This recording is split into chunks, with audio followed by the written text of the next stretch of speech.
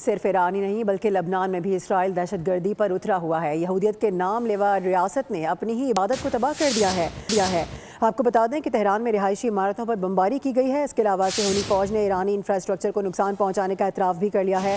28 فروری سے جاری جارحت میں شہادتوں کی تعداد 2000 سے بڑھ چکی ہے، جبکہ لیبنان میں اب تک 1400 سے زائد افراد شہید کیے جا چکے ہیں۔ ایران پر امریکی اور صہیونی جارحیت کا 38واں روز بھی خونی رہا۔ صہیونی فوج نے غزہ جیسی بربریت دکھائی، بلا تفریق بمباری کرتے ہوئے یہودی عبادت گاہ کو بھی تباہ کر ڈالا۔ تہران سمیت مختلف شہروں میں رہائشی عمارتوں اور سویلین تنصیبات پر حملہ کیا۔ اس کارروائی میں 34 افراد شہید ہوئے۔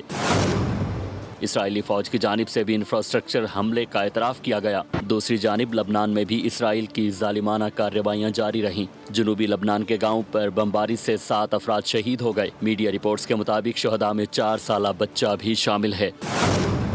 لبنان کے شہری اسے اب تک کی جنگ میں سب سے پرتشدد رات قرار دے رہے ہیں۔ اسرائیلی وزیر دفاع واضح کر چکے کہ ان کا مقصد جنوبی بیروت کے بڑے حصے پر قبضہ کرنا ہے۔ سبسکرائب کریں اور بیل دبائیں تاکہ کوئی خبر رہ نہ جائے۔